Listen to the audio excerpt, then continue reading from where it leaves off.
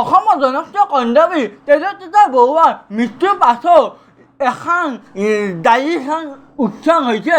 এই ডায়েৰীখন কি ইয়াহা আছে সম্পূৰ্ণ দেখাব ওলাইছোঁ। মোৰ চেনেলৰ ফালৰ পৰা বন্ধুসকল, মোৰ চেনেলটো প্ৰথমবাৰতে আহিছে, লাইক কৰা, ছাবস্ক্ৰাইব কৰা, কমেণ্ট জনাব।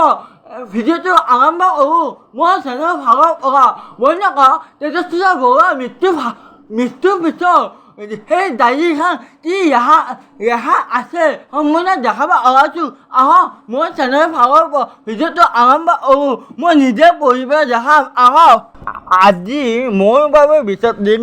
আজি ডায়েৰী এখন ল'লোঁ।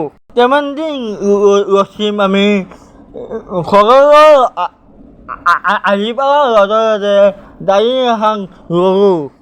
কেনেকৈ বুজাম আপুনি আজিৰ দিনটো কিবা এটা ভাল লাগিছে।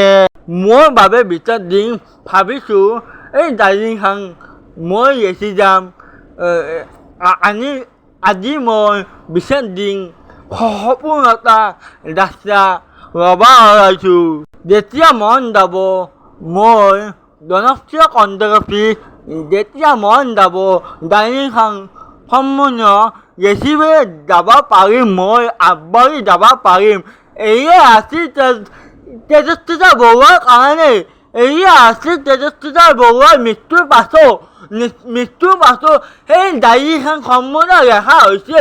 এয়ে আছিল তেজস্বিতা বৰুৱাৰ মৃত্যুৰ পাছতে আজিও দেৰি শাস্তি প্ৰদান কৰা নাই। তেজস্বিতা মৃত্যুৰ ভাৱে শাস্তি প্ৰদান হোৱা নাই। কিয় বাৰে বাৰে তেজস্বিতা ন্যায় পাব লাগে।